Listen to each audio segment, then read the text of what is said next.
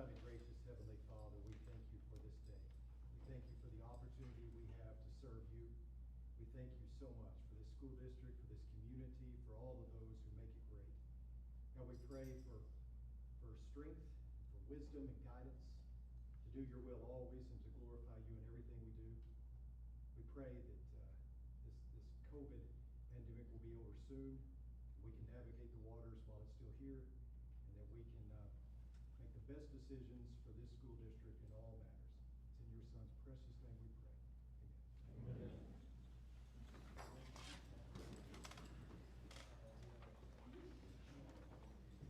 Well, welcome everybody. Ms. Ray, I guess you know that Mr. Sam is not here to see us. It's hard to be here. We'll miss him. And I guess everybody else in this room is getting geared up for school to start, which is coming in about 10 days, I guess, give or take. So I know you guys are excited about that, which I think is good. I can tell. So we're going to take a minute because I guess we've got some guests here today. Ms. Chief, are you here? Are you here to tell us about these kids in red shirts? Yes, sir. Very proud of these kids. First of all, thank y'all again for your support. These kids worked in May and June, a lot of hours in June to submit their global final submission. And I'm going to let each coach tell you how well we did in the findings. So Ms. McEllier, who was one of the 4 coaches that worked with our high school team. And guys, if y'all will stand up, Yeah, bring those medals up here. We'll get those yeah, we will get our medals sometime in August, so we're Those still are waiting. they're pretty hard wearing up right now. So these are the metallic chickens. I'm sorry, The metallic chickens. They get to make up their names, and that's been with us for years, so they're just known as the chickens. These are all high school students. They're sophomores this year. And we were really proud of them. They qualified in 2 challenges, but they were smart and chose to put all their efforts into one, which worked out in our favor because most teams had 2 weeks to compete what was called a fast flex, which is a secondary challenge. But because they're high school kids and they were all extremely busy, they did it in a day. So it was really impressive, and they still managed to be 17th in the world. So we were very excited with those results. And we're looking forward to hopefully a more normal year again. Yes. So I'm sorry, this is Sheridan Johnson, Kelsey Burleson, Abby Bowles, Kyle Page, and Mackenzie McEllier.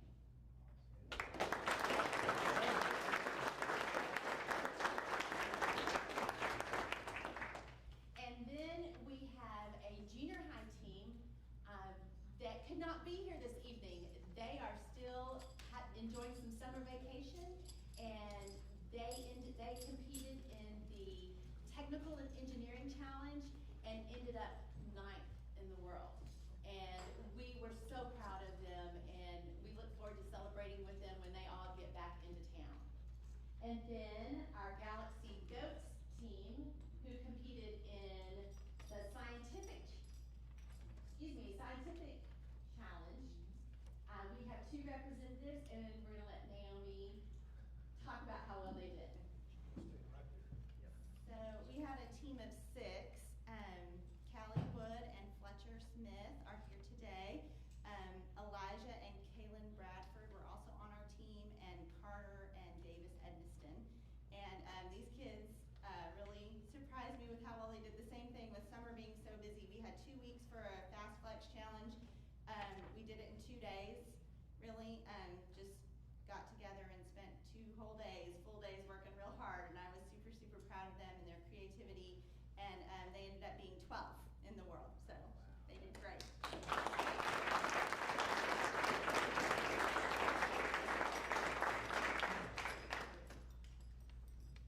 And then our last team is a team from the West Junior High and East Junior High. It was a combination team, the Detective Ducks, and they had to do a lot of research on forensic technology. And we have 4 of the 7 team members here tonight. We have Cooper, we have Liam, Addison, and Whitney, and our other missing members are super busy in the community right now and still on vacation. But I'm very, very proud to tell y'all that this team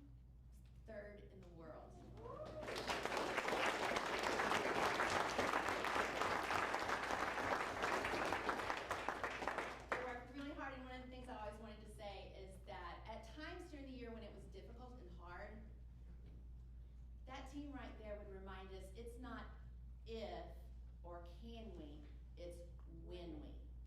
And so I love their attitude and that bulldog grit. So thank y'all again for supporting. We have a lot to celebrate. So not just an award or a medal, but what these kids persevered and went through and conquered. And Wylie, Abilene, Texas is known globally. So.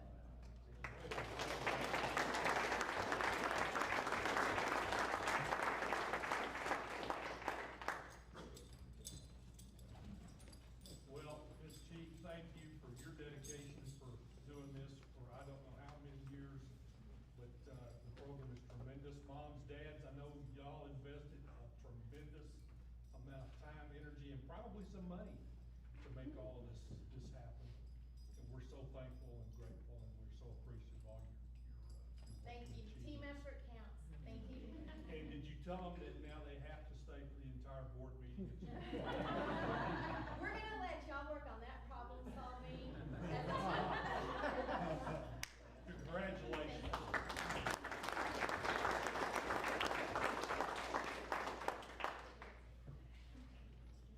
It sure is great to see kids do great and amazing things. Well, now it's time to open the floor. If anyone would like to address the board this time of public comment, please limit your comments to no more than 5 minutes. If it's an item on the agenda, then we'll talk about it when we get there. If it's not, we cannot discuss it. It's not a question and answer period. Those need to be done through email or performance with the administration. So the floor is now open for anyone that would like to share. Just please give us your name, if you would. And welcome. Thank you. Good evening. My name is Judd Beal. I sent you an email today. You may have received it. Thank you to Cameron and Miller for acknowledging it. Some of you know me and some of you don't. But if you do know me, you know I'm a big supporter of Wylie and have been since I was a little bitty baby. I support our board, our administration, our teachers, staff, and our students. My family is full of educators, and several have been very fortunate to work for Wylie. He's not here today, but I had a funny joke about a lot of my family worked for Wylie even before Joe Light was at Wylie, which is a long time ago. So I've had teachers and even a principal that worked at Wylie and coaches. And I also have 2 kids at Wylie. My son Grayson's here with me tonight. He'll be a 5th grader at the East Junior High, and I have a kindergartner starting at the East Elementary. So all that to say that I support Wylie, but I think it's also critically important that we bring to your attention items that I feel of importance. So tonight, we're going to discuss probably not a hot topic, but meet the teacher times for parents to meet their teachers. I strongly believe that families meeting their teacher can help start and lay the foundation for a successful school year. I know that last year, again, because Meet the Teacher was during the day, I wasn't able to meet my daughter's teacher. And parent-teacher conferences were virtual, and so I never met my daughter's pre-K teacher, which was kind of interesting, right? And that's because I wasn't able to go to meet the teacher. This year, I hope to be able to go, but I don't know. I'll be on an airplane. I didn't envision Meet the Teacher being during the day again. So my flight gets back to DFW about 7:30 in the morning. So as long as my daughter's not the first time frame of the day, I'll be able to meet the teacher.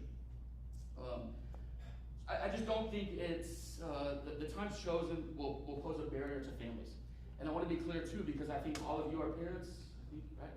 Yeah. And parents will do whatever they can to make it work, right? Like, I don't expect Meet the Teacher attendance to just dramatically drop.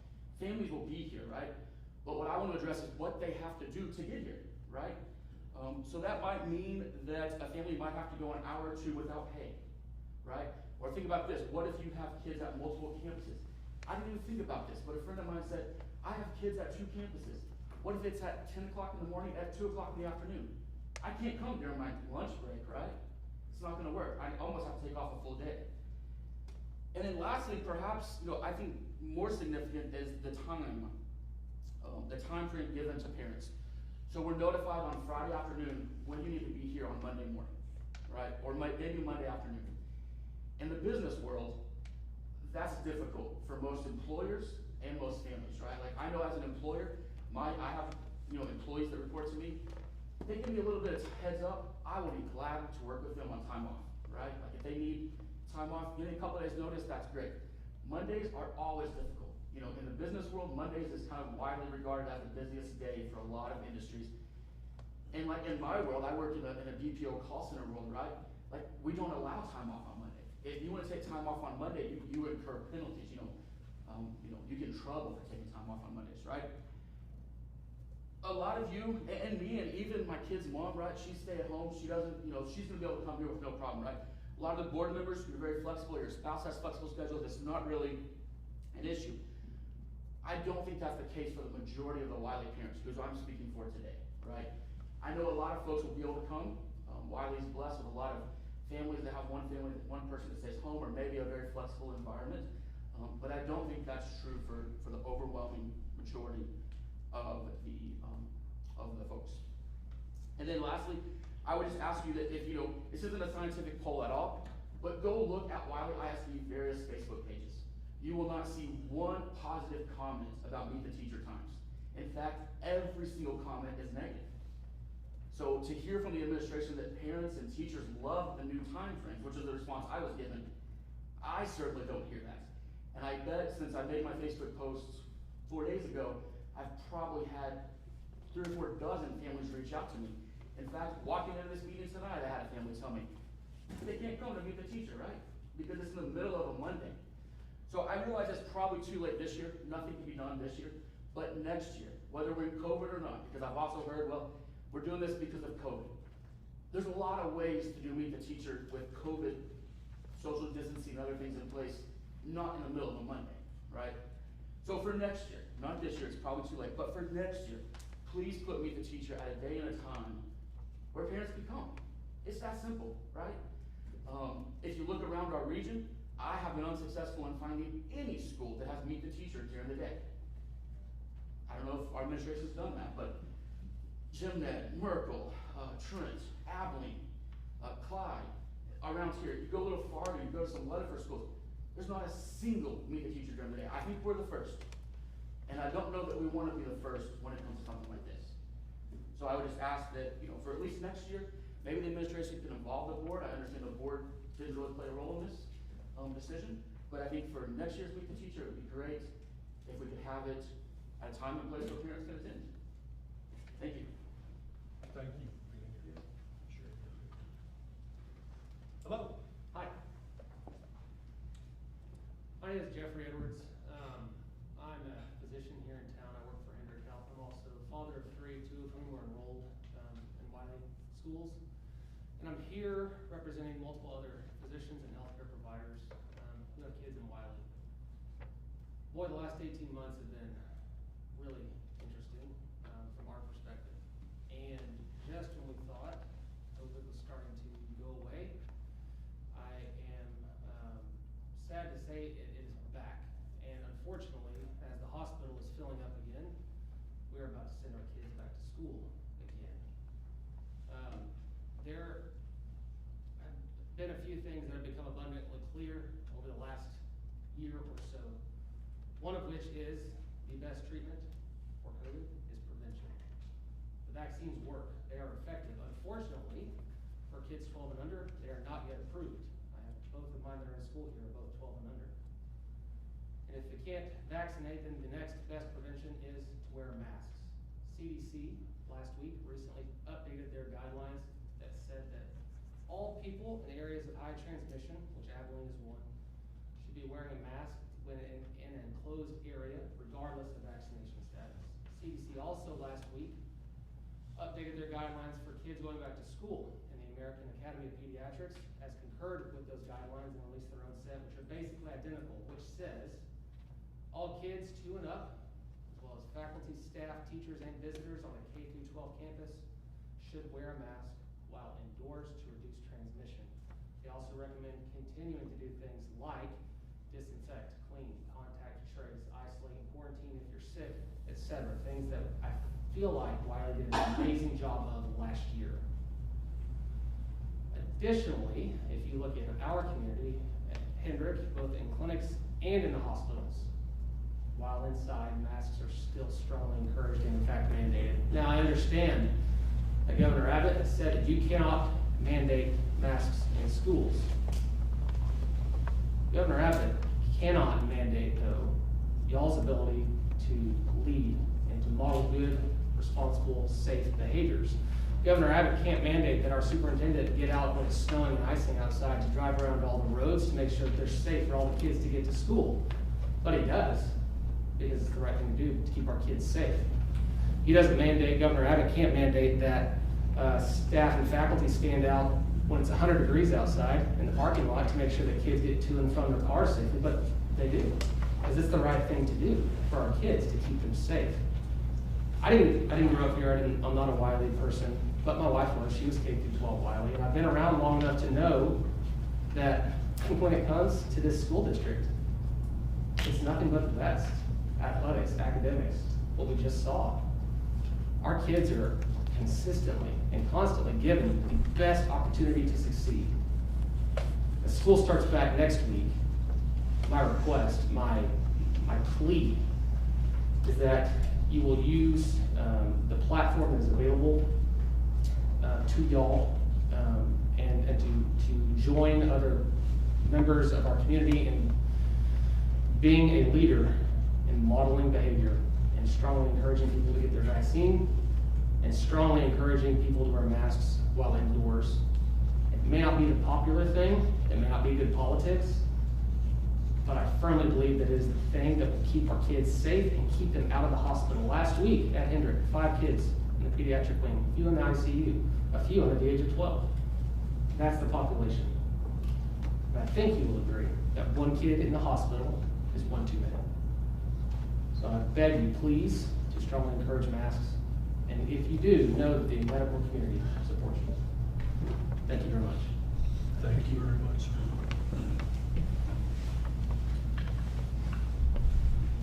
Anybody else in this open forum time? All right. Well, thank you guys for being here. All right, I'm assuming that everybody's had an opportunity to review the minutes, and unless there's objection, we'll approve those as they were presented. Without objection. Consent agenda. Carol, I'm not gonna talk to Mr. Besson, I'm not gonna involve him in all of this, I'm just gonna move this forward.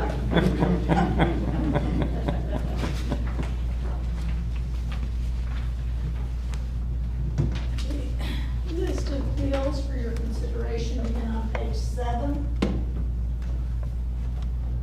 The first large bill seems to be Callaway's carpet. They did replace carpet in one of the wings at the high school building.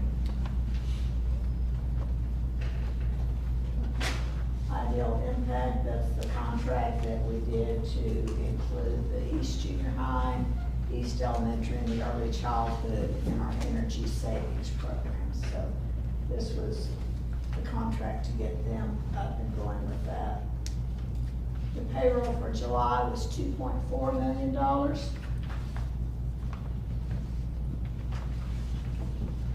lot of smaller items listed. I would go over to page 9. U.S. Bank is where we make our payments for our time warrant and tax maintenance note. Those are actually due this week, but they're listed on these bills. So. And those will be paid off in another 3 or 4 years, 2025, I believe.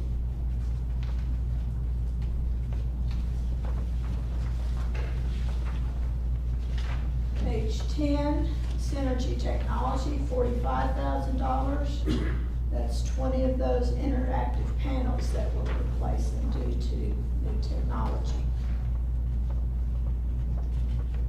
The Education Service Center, $31,000. That's our summer staff development fees. All of our teachers are required to get a certain amount of staff development. And so this is all of those charges. Houghton Mifflin, we get textbooks from, $42,000.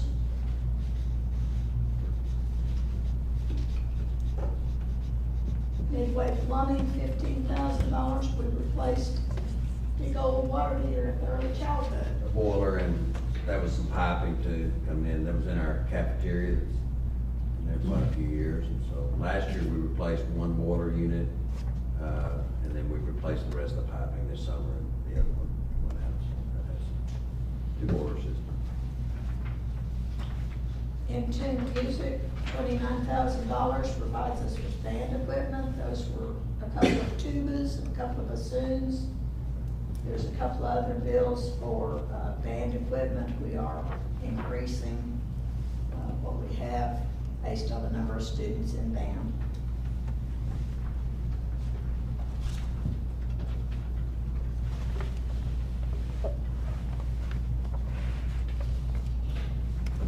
And woodwind and brasswind is the other one. That's, I noticed we got oboe, a sax, a bassoon, so it's just increasing our band inventory. Supplemental bills are on page 12. Where you'll see our construction costs for the month, phase 1 and phase 2 are listed there separately. As well as our electric bill to Taylor of $50,000. I'll let that do that pretty quickly, just didn't know if you had any other questions regarding the bills.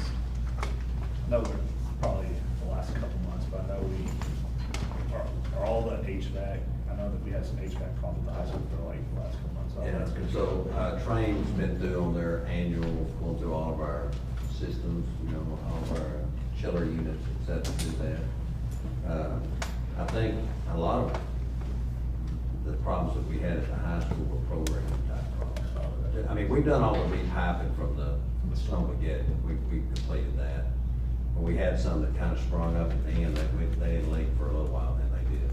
I think we're good on that, so. And everything's been, you know, we do some general maintenance in the summers, cleaning, et cetera.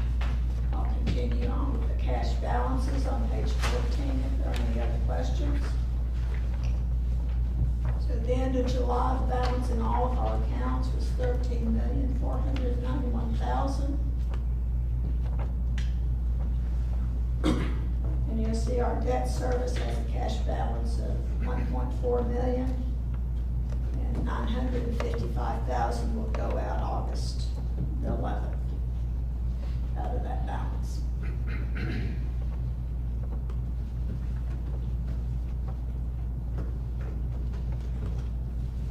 We did collect some of our ESSER funds, used, and that came in July, so about $2 million of those deposits in the general fund are from that federal grant program.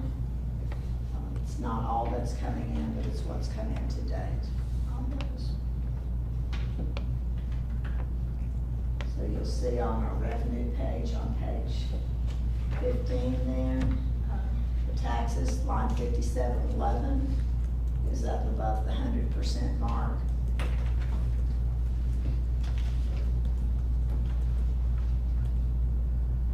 And you can see line 5929, where it's at 2.2 million is over budget, and that's because of those federal ESSER grant funds that have come in.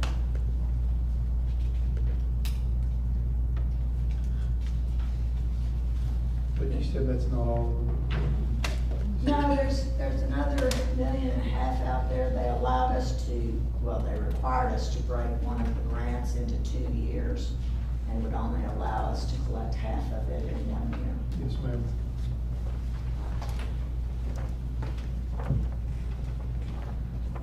Expense report is on page 16.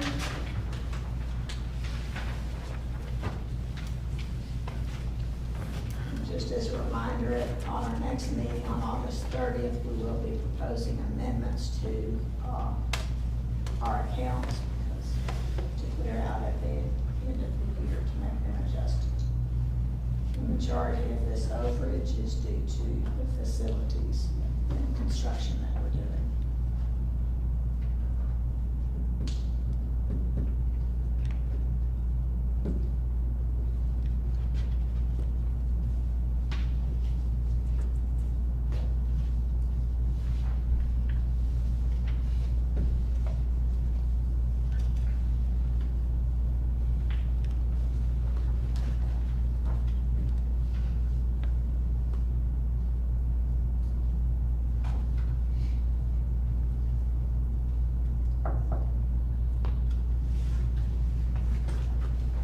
Make a motion we pay the bill.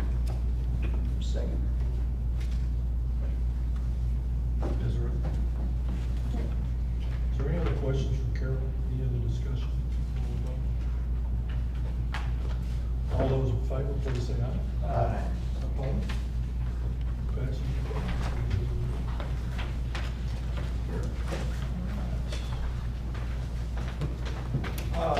Let's talk about construction real quick. Item 5A. As you would expect, most of the exterior construction is finishing up right now. Bricklayer laid his last brick today. He'll be cleaning up and hauling all his equipment off site this week. We've been pouring concrete curbs for about 2 or 3 months at a slow pace. And right now, we're finishing up the hardscape in the rear parking lot. Next week, they'll move up front and finish out up front too. The erector has been finishing up his miscellaneous metals, his roof ladders. We have some decking on the canopies that needs to be installed. And that should complete this week. I have a photograph, center left, of the rooftop units. And we're hearing a lot about supply chain delays. And we're real happy to see those units delivered. We're like 3 more big units that serve the cafetorium area. Hopefully those will come in this week or next week and get all those set in place. So that'll wrap up the rooftop units. The roofing is 98% complete. That's the membrane roofing. 98% complete. Crews are on site today doing some patching, some finishing up, installing the collector heads for the downspouts and so forth. The metal siding, last month I reported we had a delayed delivery on that. Right now we're looking at delivery sometime between the 21st and the 27th. So we're not getting a clear cut delivery date, but once they deliver, it'll take about 3 weeks to install, so that should complete in mid-September. On the interiors, we're going like gangbusters, all the framing's up. Our inspections are complete. We're starting to double side the drywall and expect our taper to come on later on this week. In the meantime, got 6 plumbers on site, 6 duct men. We're running ducting in the classrooms and also in the administration area right now. So on the inside, we're doing real well, and everything looks good. We're reaching out to our finished contractors, getting our ceramic tile contractor online to start his work a little bit later on this month. Also, the shop drawings completed for the mill work, and they should go into fabrication by the end of this month, probably start their installation in late September. And floor covering will be next, and we'll get them online. We have heard some reports of delayed deliveries with light fixtures. We're monitoring that and just taking our challenges one at a time as they come. So I can answer any questions for anybody.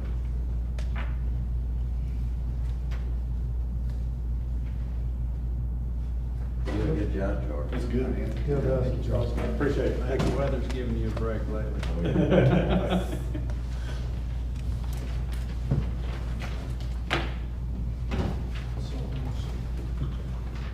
All right. We need to talk about student conduct, Mr. Messi. I believe Mr. Hagler has that information for us today. Each year I come before you to discuss changes in our student code of conduct. We use TASB. They provide us with a model template for our handbook each and every year. What you see here are the legislative bills from the 87th legislative session that affect the student code of conduct. As you can see, there was minimal changes this year. House Bill 375 amends the offense of continuous sexual abuse of a young child or children under the Penal Code 21.02 to include continuous sexual abuse of a disabled individual. So all they changed here is they added the term disabled individual. Another bill that dealt with students with disabilities, House Bill 785, amended section 37004 to require the district to no later than 10 school days after the change in placement, meaning when you remove a student from their placement, like to ISS, DAP, something such as that, alternative placement. You must, 1, seek consent from the parent to conduct a functional behavior assessment. FBA is the student has never had an FBA or the existing FBA is more than 1 year old. Second, review any previous FBAs and/or behavior intervention plans, BIPs. And 3, develop a BIP or revise the existing one as necessary. Used to, a lot of those things were optional, now it's going to be required. House Bill 957, remove a firearm silencer from the list of prohibited weapons in the Texas Penal Code 4605. Senate Bill 248, expand the definition of e-cigarette under the Texas Health and Safety Code 161.081 to include a consumable liquid solution or other material aerosolized or vaporized during the use of an e-cigarette or other devices as defined by law. So a lot of changes to what the definition of e-cigarettes are now. And Senate Bill 768 creates a new penalty group under the Texas Controlled Substance Act for fentanyl and related substances. Evidently, they've created this separate penalty group because of the severity and the dangers of that drug. All these changes have been made in our student code of conduct. It does take board approval to pass this. Are there any questions? Just minimal changes. This supersedes the handbooks that our principal is going to discuss later. That's for information only. This requires board approval. Yes, please.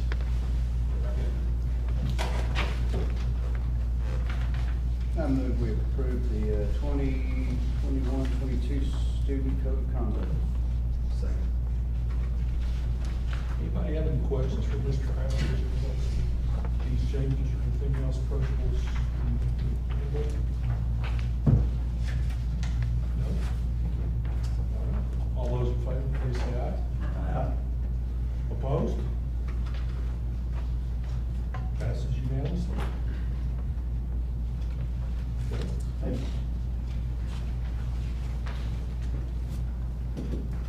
Set date to hold public hearing on budget proposed tax rate. Harold?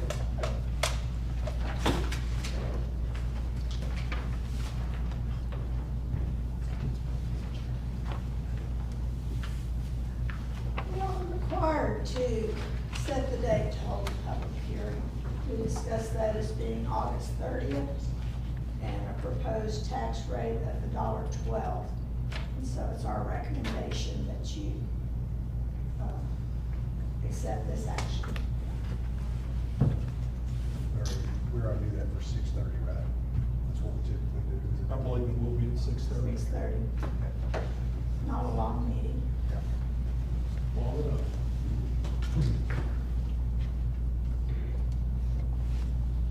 Anybody have any questions about this? Sir? I said, we knew this one was coming. Oh, yeah. We've talked all we've talked about. I'll make a motion that we approve the public hearing on the 2021-22 budget and proposed published tax rate of $1.12 for August 30th, 2020. Second that. Motion by Chris, seconded by Brad. Which one you got? Just want to say that. Any other discussion? All those in favor, please say aye. Aye. Opposed? You got a date. Passes unanimously. Property and casualty insurance, Mr. Bessel. Coach Keenan, we have Jeremy Diller here, represents us, on these agreements with our property and casualty insurance. He's gone out for bid on these, and has some information. Thank you for being here. Thank you for letting me be here, again. Just wanted to provide y'all the renewal information. Y'all are with TPS, Texas Political Subdivision, we were with them last year. I know y'all had a claim this past year. I think it was handled pretty well, I believe. And that was on the freeze claim. And actually, it's impacted a lot of different districts with the freeze claims throughout Texas. There's been a lot of those claims. And then just in the news, y'all have probably seen the cyber-related claims, and that whole marketplace has really gotten out of control. It's really expensive now for businesses to purchase cyber liability. This is a part of the package that you all have with the renewal, so that's included in that. And then you also have some crisis management coverage as well for different events that happen at some schools. And so we've got some coverage and for that too, but it's primarily property and liability coverage as well. And I think the next agenda item, I have a little bit better news on the next agenda item, the workers' compensation. But this one has been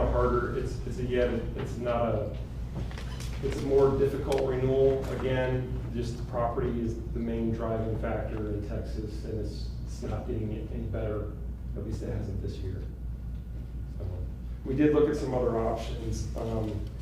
This option that we're providing is actually the best overall value for the district, and that's why we recommend that one.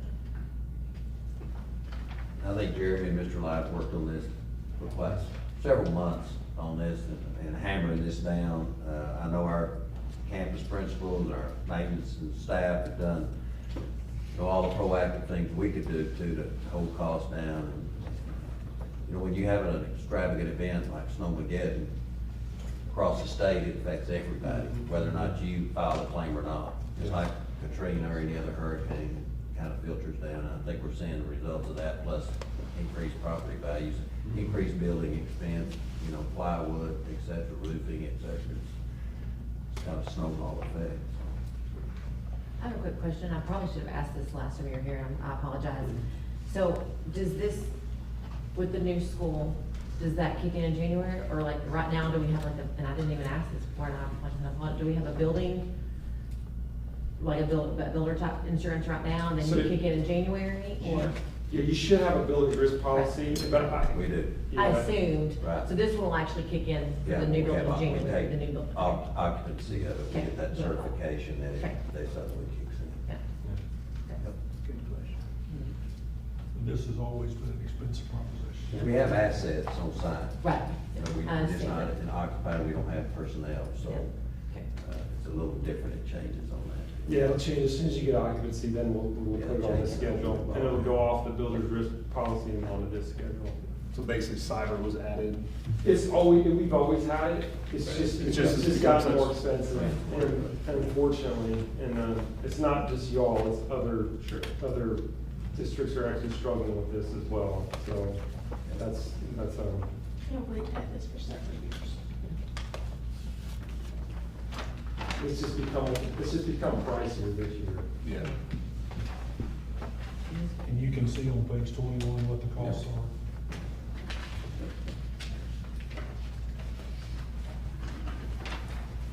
Unnecessary evil.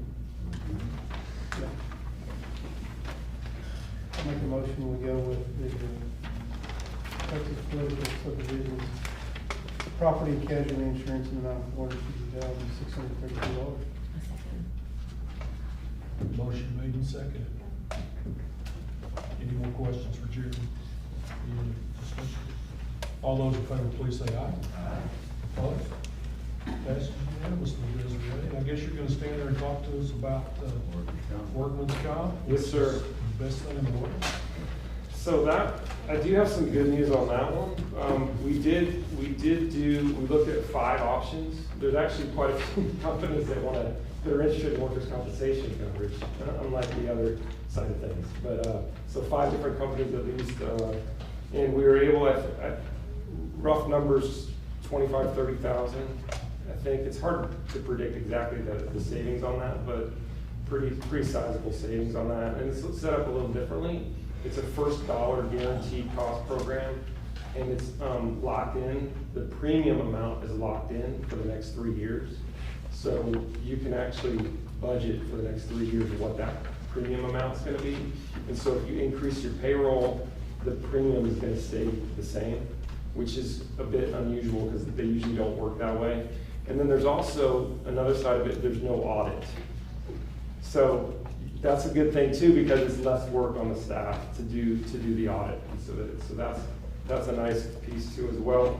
And then there's also $2,254 in safety equipment that's built in. It's 3% of the premium. So the district can go back and ask for shoes and all kinds of equipment, Gatorade. There's a whole catalog of equipment that they can ask for all kinds of uses. There's also videos and online training that's free and available for employees.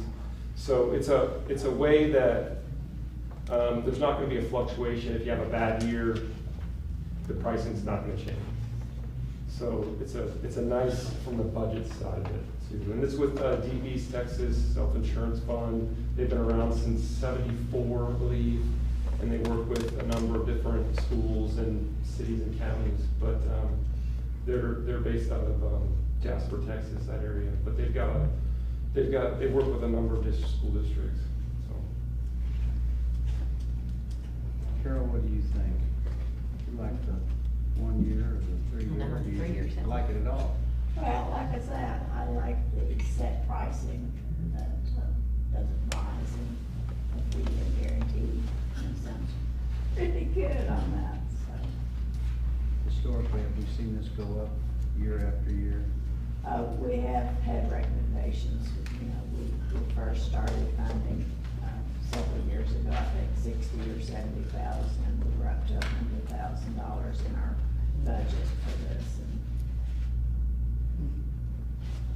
it has continued to increase. As your staff size grows, which ours is nearly 700 or right at it now, I mean, that's your liability there. You've got to take care of your employees, and things happen, the more you have, so that process, I think, is quite a bit of a savings for us. And it was based on, like I said, payroll costs, so as the payroll increased, the cost increased. So for 3 years, just be the number. yes, that's correct. Remind us what the number is now. 100,000 is what Every thousand more money. Yeah. There you go. I got it for you, you told me that. Yeah, girl. Boom. And I'm Write assuming that you're- down, write Well, I'm assuming that you're good. That was an innovative way to do it. Good girl. Good job. And then jump at her on the record. Okay, I'll do it. Oh, I was gonna let you know. Okay, yes, okay. I move that we approve DP's Texas Self, Insurance Fund in the amount of $75,165. Second. Motion made and seconded. Miller and Cameron collaborating. Since we have no more questions for Jeremy, since we like, we're gonna say $25,000. All those in favor, please say Aye. Who says aye? Aye. Okay. Opposed? Okay. Good, there you go. All right. Thank you. Thank you all, appreciate it. Appreciate it. Thanks for all your hard work. A little, yeah, you take the rest of the night off. Yeah. Thank you. Local policy update 117. Come on, Tommy Tommy. Bond. The Fu Manchu Bond. One more day. I think I'm gonna shave the Hitler part off first, just leave the side, see how that looks. I'd pay for that. I think my spouse may tell me to continue. All right, always excited to bring you the new policy updates. I'm sure you poured through all 278 pages of update 117. Quick reminder, most of those are legal policy changes, which we have no say in. We just put them in the book as TASB recommends. In this, TASB recommends 3 local policy changes. The first 2 were based on the snowstorm in February. In the CH local purchasing and acquisition, recommends an exception clause for emergency contracts where the superintendent in a catastrophe would have the opportunity to go ahead and make facilities decisions that may exceed the $50,000 limit.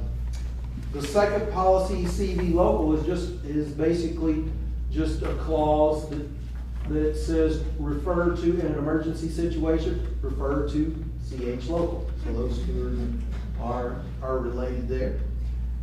And then the last one, which there are actually several changes, under DEC local compensation and benefits, that essentially as TASB looked through this, said there's too much detail in this policy.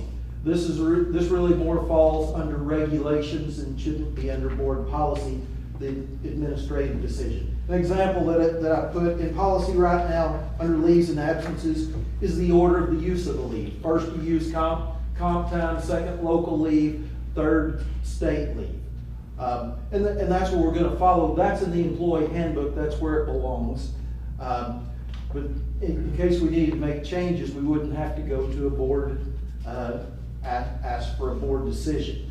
So there's a lot of changes in there, but basically it's taking it out of policy and putting it in administrative regulations is in essence what that is. So most of the things like that will be in the employee handbook. Questions on those three? Well, the bottom line is that Mr. Light is limited to 50,000 without board action.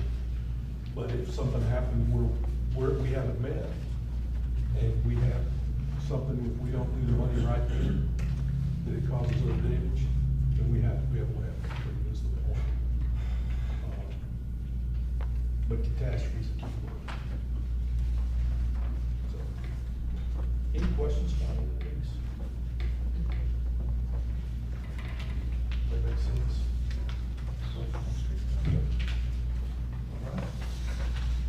All right. Entertain a motion. I make a motion, we approve local policy update 117. Second. Any other questions for Mr. Vaughn? Any other discussion? All those in favor, please say aye. Aye. Opposed? Passes unanimously. Desiree. We've already talked about construction, now it's student handbooks. I think we have Mr. Bacon first. Good, yeah. See that over there. Everybody's favorite topic, student handbooks. I had the privilege this year to kind of look at the junior high I've done in the past and update those. I'm not going to let history repeat itself. I think Mr. Hagler kind of went over those in the student code of conduct. Like he said, the student code of conduct supersedes the handbook. So those updates and changes were made. Looking at the elementary, the K through 4 book, I did kind of steal their idea. I thought it was, as we've grown the last few years, I noticed that the elementaries and the intermediate schools combine their handbook. And so now, looking at the junior high, I went ahead and talked to Mr. Goodenough and talked to Mr. Emmett. I thought it was time for us to do that as well, just to provide a little more consistency there and less confusion on, is it the East Junior High handbook or the West Junior High handbook? So that's really the biggest thing, K through 8 or pre-K through 8 change I made as far as just combining those into one document. And I think Mr. Smith has provided a hard copy of the high school one, but like I said, there's not a lot of changes there in the handbook to really go over. Any questions in regard to? Any of you guys have any dealings with handbook stuff? I'm sorry. Oh, this might you might have to email me or tell us the next meeting. I feel like it falls under handbook, and I don't know, like I said, I know you may not have an answer for me today. But I know there has been questions about how we determine what is a fine arts, what's an elective, those type of deals, and what we determine a fine arts elective for credit. If that's something that we could look into, I mean, we have other options, or, whatever it is, we have, I don't have an answer, but I know that goes under what we basically approve for credits as a school board. So I think that'd be something, I know you may not have an answer, it's totally okay. It may be Mr. Hagler deal, but mainly how do we determine what classifies fine arts, what classifies, how do we figure that out? If it's within TEA guidelines, does that make sense? Mr. Smith, do you have any? He deals with help? credits a lot more Sorry. Yep. than I do. Yeah, that's, I believe all that should be spelled out in the handbook. I can't tell you book, chapter, and verse here, but I'll look it up. Right, but I'm saying, how do we, I understand it's in there, I'm saying, how do we determine? Does that make sense? Like, Is there a matrix or a scale? yes, how do we say, okay, well, band's gonna count, or? Yeah, those are state guidelines that are provided for us. The only thing that the only credit, we can have local credits, that we can develop locally for graduation. But, the state guidelines tell us, you know, what can count as a fine art credit.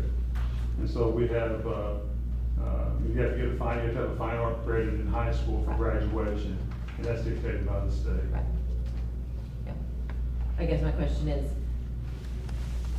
like, the question was brought, like, dance, does it make sense, like? Oh, I see, yeah. Yeah, I see. that, sorry, I probably wasn't clear, does that make As far as sense, what how do we? what criteria it has to Yes, meet in order criteria, to be there you considered go. a fine art? Yes, yeah. Okay. I would, that's, I mean, it's. Yeah, let me get that for you for next, Absolutely, yeah. another time, I'll Yeah. get that for you. Great. We got a really dumb question, so I'm sorry. I'll entertain y'all at least. But, so as far as the student as far as the student handbook is concerned, on the website, is there a copy of this under every school's link? Because I had a couple questions the past few days saying that people have had trouble finding the student handbook, particularly in dress code type stuff. And I ended up finding it, but it was under the Wylie East Elementary, I think, their link. And then I kind of just referred to the all grade level screenshot that and sent it to them. So is it like that on every link? After tonight. And if it's not, then it was an oversight. I may have totally missed it. That's why I was No, it wondering. should be under, I think each campus under like parents, or parents and students. Okay. My phone's dead, I'm trying to look. But I was looking that up. But I'll check on that tomorrow. Thank you, Jim. I'll make sure that it's. Should be To for every answer campus. your question, Okay. after tonight's board meeting, I will send a copy of the approved student code of conduct to Jackie. She will put that on required postings, and then under each of the campuses, you will go find the handbook. Yes, sir. Thank you. Would you ask in the next board letter to give us an update on the progress of that? Mr. Smith, do you have anything on? We don't have any changes, just for student code of conduct. No, I was just gonna, it's under, parents and students, like, I'm on my website, Wylie West Junior High, it's under parents and students, and then you click on student handbook. Perfect. And then it still has the old one, the new one hasn't been updated, but we will get that on there. Thank you. When I was looking over the, here in the handbook I gave y'all, I did find an error in, number 7 on page 51 on the dress code. And it's already been corrected, on the electronic one, and we'll make sure it's, corrected before we print anything. But number 7 says, tights and leggings or spandex type material must be worn with dresses. That's not correct. It should be for, anything that's not, if you're wearing what it's supposed to wear is if you're wearing spandex or something like that, you're supposed to have an appropriate covering over it. And so we'll get that reworded.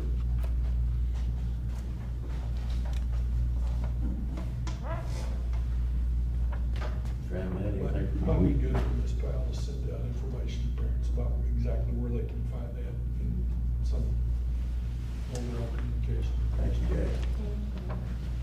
Yeah, thanks, Mr. Chairman. I was kind of searching through it on my phone, so going through it on your phone, your mobile version. Well, I have noticed that that's what I've been doing right here, look at the beginning questions about Skyward and Family Access I've actually been answering right now, and on your mobile, it's different than on your desktop, so. Good. Anything else there? All right, TASB convention. Who's going? Who's going? The new guy. Make sure you get that information to Desiree. Email her so she can take care of those. So you're the only one beside, I'm going. We secured the locker rooms at the Hyatt Regency, and that way everyone has a room, but I can adjust the schedules or adjust whatever I might need to with housing. You can just let me know. Or if you're not attending, I'll just cancel it off. You got me down as attending. Yes. Okay. The 24th is Friday. It's homecoming weekend. September 24th is Friday, Yes, correct? and so Mr. Light is not planning on going till Saturday. Probably doesn't. Because of homecoming night. And I'm thinking something. Okay, I'll get the date. I already submitted my vacation questions about how that works. There's an app you can get, sign up for all that stuff, put in code numbers for your credits, all that kind of stuff, so. And there's usually, there's always a bus shuttle from the utility to the business center. And agency, I'm assuming that's the mall, right? That's where we were last time. But I think It's so close, I mean, you could really walk Supposed to be pretty close. across the railroad track. So, and then there's some folks that provides a couple of meals for us. Take part in that. So, COVID update, Mr. Besson. Wonderful, wonderful. And of course, you know, that's, as we know, that's kind of out there once again. It's never left us, and so I actually visited with the commissioner 3 different meetings last week, and you know, we waited all summer. We haven't had any news from TEA since June 5th, which was just that our required posting that, you know, if we have confirmed cases, that we are required to relay that information to Taylor County Health Department, and then we also, Department of Health and Human Services in Austin. We do a report every Monday by 5 o'clock, and it gives out that information, campus, etc. It's changed over the year. Started out a pretty in-depth report last year.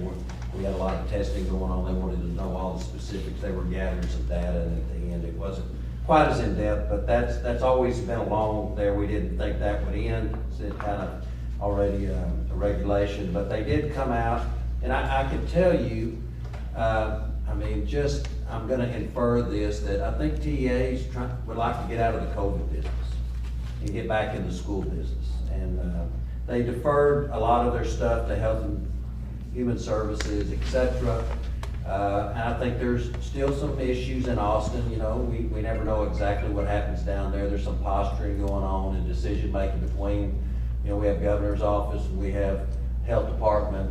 Everybody has agendas and ideas, and TEA is kind of in the middle. And, you know, last year was a unique situation. You know, we had phone conferences every Thursday at 3 o'clock, and then, you know, we had one last Thursday. We got some little bit more guidance that they published. And he said, I don't know when's the next time we're gonna talk to you. So it wasn't like we're gonna have this weekly. I think they want the kids to come to school. They want them to be safe. And, you know, it's just kind of hard to read that. But we did have some guidelines that came out there. And of course, nothing real dramatic other than, you know, they just put it in writing. Students that have COVID, you know, can't come to school. You know, that's always kind of, we used that last year if you're confirmed. And they just defer all those regulations, Department of Health and Human Services, which I sent that to you. And it's basically, you know, a good practice if you're positive with COVID, and that's always been in our emergency operation procedure for communicated diseases, is, you know, if you're positive for one of those kind of diseases, that you don't come as you're having those symptoms, etc. As we know, COVID was a little different than maybe standard strep or flu or whatever influenza we've had before, because it was studied more, more effort put into that disease. So we knew that, you know, around 10 days was a time period when most, if we had improvement symptom and no fever, without fever reducing medication for 24 hours, that the infectious stage might be to where those people could come back to school or work, even though they could be asymptomatic for up to 2 days prior to that and still be infectious. So it was kind of a catch-22. So basically this just said a school administrator, and it's in, I think I sent you that, it's in Administrative Code 97.7, shall exclude from attendance any child having or suspected of having COVID-19. So when it came down to push to shove, you know, it's like, hey, you know, we still got to screen our students. And you know, we went through a whole year of self-screening, and we're gonna ask our parents to do a good job, because we know what's happening right now, just in the Abilene area, highly contagious. As Dr. Edwards said, you know, we're seeing a little bit of our youth, but you know, among our adults, we're seeing a little bit of it out there, so there's some concern about it. So we're gonna have to be diligent, you know, with both our students, and that they, that we look at those when they do have signs and symptoms. And we know most of the time, last year, in those cases, you know, we evaluate them. We can't, school nurse can't diagnose any kind of illness, but we can evaluate and to the best of their judgment, you know, give advice to that parent or guardian. You know, and if they're running fever or vomiting or whatever, that's already, they have to go home because they're infectious of something. But we're gonna try to do as good a job as we can to really see, are those actually COVID symptoms? I can tell you that the commissioner said that we have plenty of testing supplies in Austin. We operated, you know, the Abbott Biomax testing center at the Foreman Arts Center, and at every campus is available to our staff and our students. And it's a rapid test, it's non-invasive, 15 minutes, we know, you know, is this the common flu, is this strep? I mean, we can rule out lots of things because we can find out, pretty reliable. And, you know, if they get sick during the night, it's an easy appointment to come before school or the next day or when they feel capable, we can run that test. And we're gonna have that up and operational. We ordered more supplies in. Michelle March headed that up, so we're not putting those people that have suspected COVID symptoms back in general population. We have an isolated area that we can keep, you know, away from general population until we know. I think that's a step more than what even the Department of Health and Human Services, they're just, you know, really concerned with, we just don't want your kids in school, potentially they have COVID. And I think we have to look at another more significant route is, what if they don't have COVID? How do we get them back in? And testing them is one way, and then seeing their own private physician. We have to rely on our local physicians too. They've been in this ballgame too, and they're the experts, and so they guide us through that. It was a team effort last year, and I think our numbers, that was part of the reason our numbers came down. But I think we need to implore that, and most of the school districts in the state of Texas, especially our size, are going that route, you know, saying, hey, if they have a testing program, or some of them are just saying, hey, go get a negative test, but we're gonna provide that at no charge, make it as easy as possible for those parents to, you know, 10 days home with your child, and they don't have COVID, they may just have a sore throat or a 24-hour bug or something like that's pretty tough. You know, the best we can do to find out, I think we need to do that. I can tell you our safety protocols, we're gonna do multiple cleanings every day, just like we did before. We have the same process going. We're cleaning our school buses. We're gonna have, you know, the windows down so we get better ventilation. We didn't have a lot of transmission on the buses. We had a lot of kids without masks on there, so we think that helped. You know, our drivers clean those buses after they get off the route every day, out the entire inside of the bus. We have 26 pallets of hand sanitizer in the bus barn right now, so we're gonna, you know, encourage that hand washing and hand sanitizer and keep those surfaces clean as much as possible. We're gonna have to because, you know, we have part of our population, you know, who are not gonna wear masks, not be wearing. We have the ability that anybody can wear a mask, staff or student. We're gonna have PPE on the scene. We're gonna have all of our entrance and exits will have hand sanitizer. You know, we're gonna preach, you know, good hygiene, self-screening, all those kind of things, but still, where maybe we had a mask that was preventing some of those contaminated surfaces, we're gonna have to do a better job of cleaning those surfaces because it's just a little different. You know, we didn't have classroom transmittal last year, so, you know, we're gonna have to play it day by day, see what happens. I think, you know, it's a scary thing to know, you know, it's just, we came back off such good results at the end of the school year, just almost no cases whatsoever, and then it spiked up here. And, you know, I'm not an expert on that, but there's lots of reasons for that, but it is highly contagious to adults, we're seeing that too. And so we've got to be prepared for that, and, you know, we have lots of plans that we, you know, as this progresses, and we'll get guidance, I'm sure, from the state if that occurs. And we'll keep you briefed on that. But, you know, I think our staff are educated enough to know, you know, the best thing that happens, you know, if you're showing signs or symptoms, you don't feel the same way, then you don't need to come and be around other students or employees. Get tested so we know. And it's just kind of the world we're living in right now. You know, this is not a 24-hour bug, and so, you know, everybody's days are precious. And so, you know, that's kind of my suggestion to move forward on that. Is it Can I answer still any a- questions? Is it still and I think you said this, but I don't know if you could do it in depth. Is it still, if you have any of these symptoms? Okay, so there's a list, that the CDC put out. It hasn't changed a lot. I think that, what we're seeing right now, I mean, I haven't seen every case, but we have some cases in the Wylie system, maybe a little bit different. And so I think, the hard part is, not being a physician, but is to look at, that individual's and really try to examine and see, is that just drainage? You woke up this morning, 30 minutes, you're okay? Or you're tired, fatigued, you got a serious headache, ear problems. There's some things that we've learned about COVID.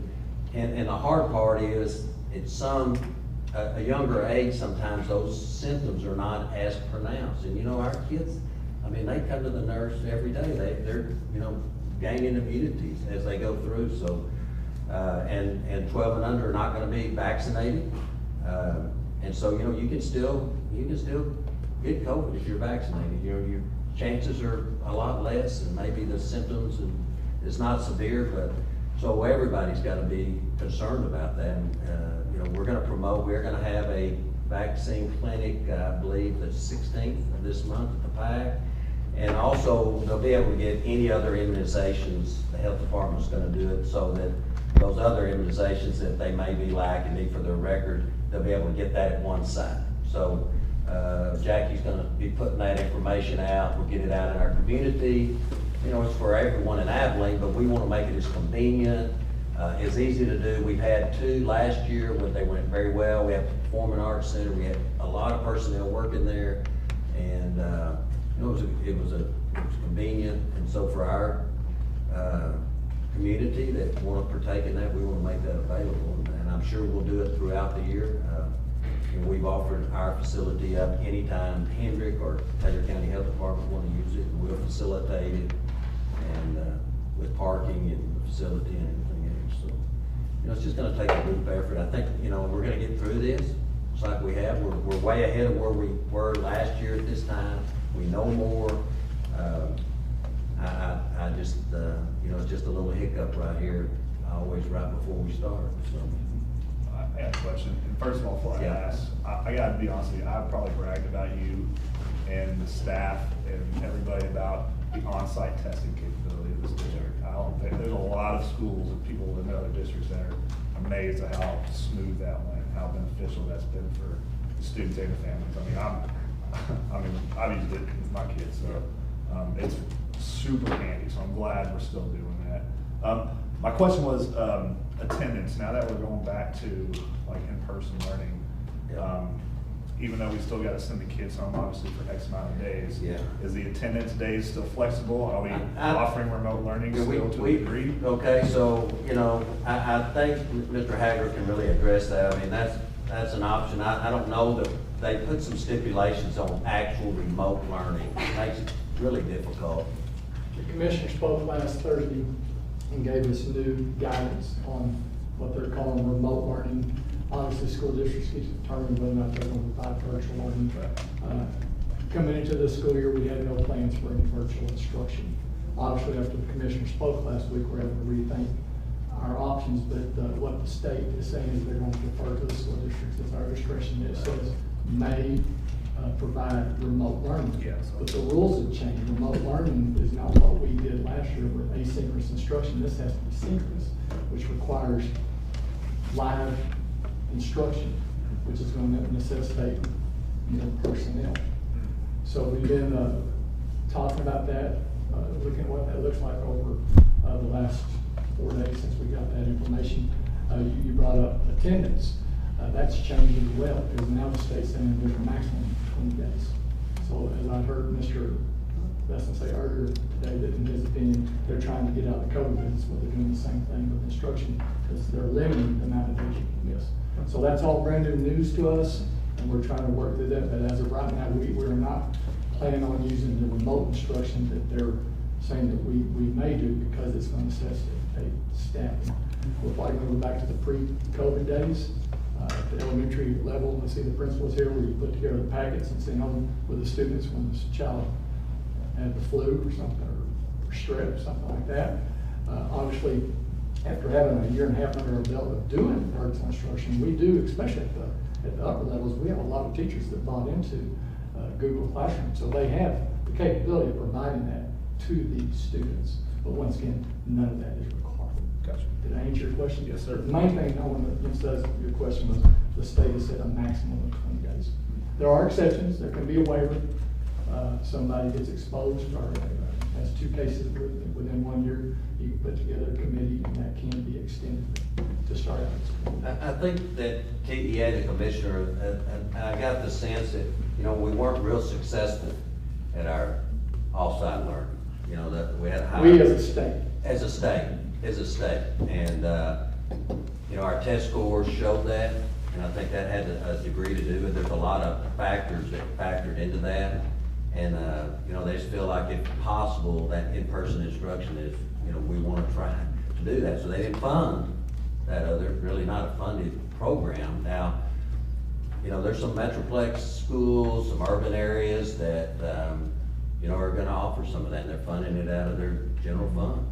It's very expensive, So, I guess it's different areas, and, some are and some aren't, but, I know there was a Texas Superintendent Association had a phone conference on Friday, and I think some of that was discussed there. It's kind of, but in our area, in our schools, that's really not the direction they're going, so. At this time, of course, like we learned last year, it's a moving target. And, we try to be proactive because we don't want that, we don't ever want anything to ramp up like we had it one time last year, so we know more than that now, we hope. And, we're gonna do everything we can, be diligent in what we do, to prevent that from happening. I have a question. Yes. It says students. Do Yeah. we have plans for like teachers that are deemed close contact and? No, so there's, as you look in the language, even in the CDC, they should and would and could and must, so we don't have any mandates for that close contact or contact tracing. I will tell you that tomorrow Jackie and I we're working on a communication document. We put out one with our previous information that we can put out to the district, to our staff and parents.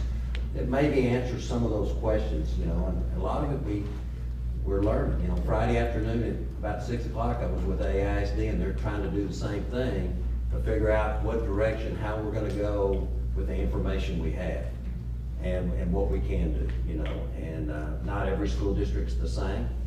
And there's still, local control, et cetera, here in our board too, and Mr. Lye.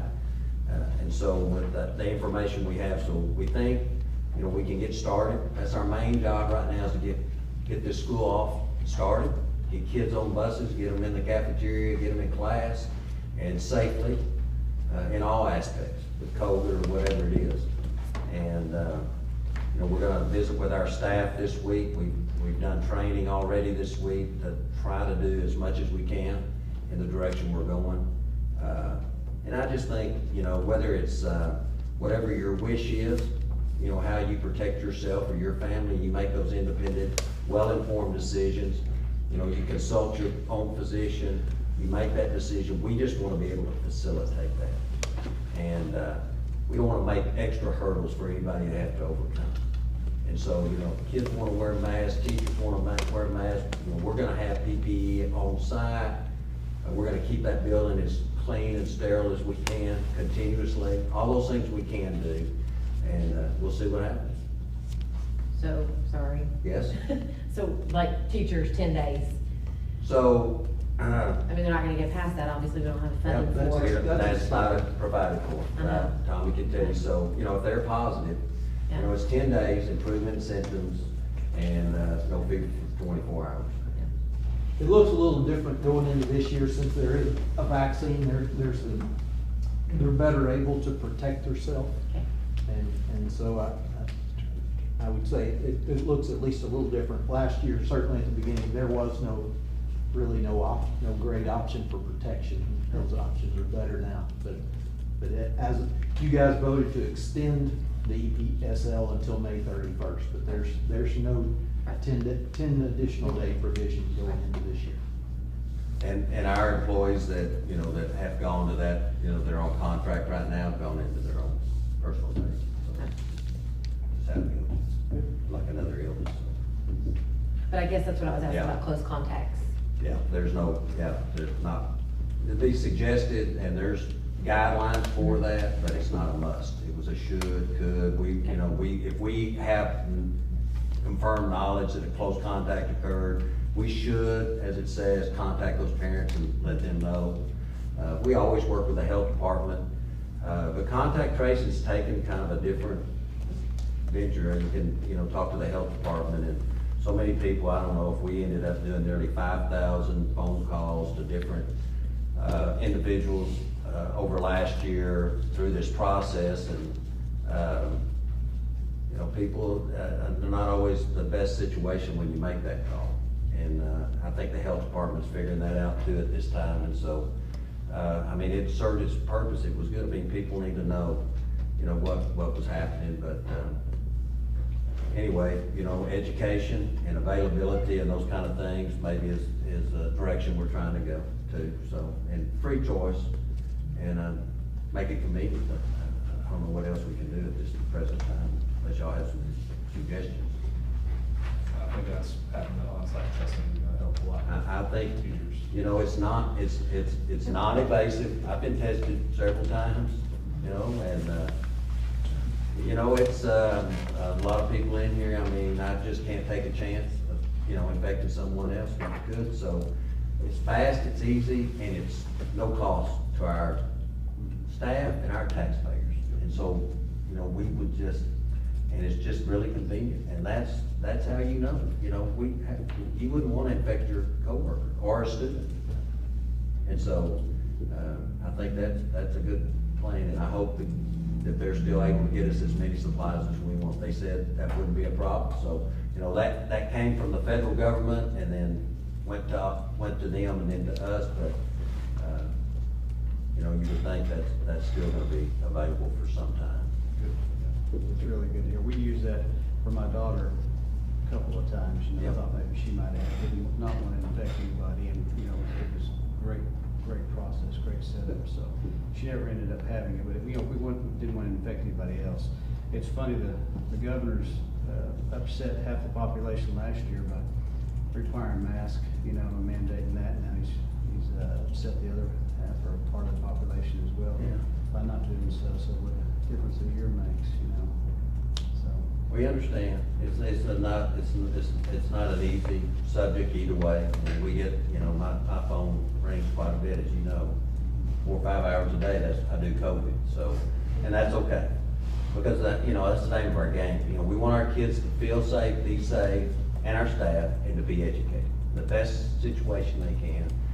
And it's hard, sometimes it's not a black and white issue. And so, we're gonna do everything we can to get that information out so our parents know. And if testing something that they think, that's a good way to know, do I have to miss work 10 days, or my kid's gonna be back as soon as their symptoms improve, or they don't run fever, sign that permission slip. Do that in advance. We can't do it. We can't keep your child in the nurse's office all day long waiting on that to come. So have that done. Jackie's gonna push that out. We're gonna do that, our nurses. Have that done, and so when we make that, our nurse makes that call and say, hey, I really think, there's a chance exhibiting these symptoms. Would you like for us to test your child here? Or no, then we're gonna go home and listen. We may call you tomorrow and see what happened tomorrow. Did it go away? You still got it? What'd your physician say, etc. We're gonna try to do everything we can to make that a workable situation and still protect everyone else. That's all I know. Question? Anybody else? All right, well, thank you, everybody. We're gonna go into executive session. We appreciate y'all being here.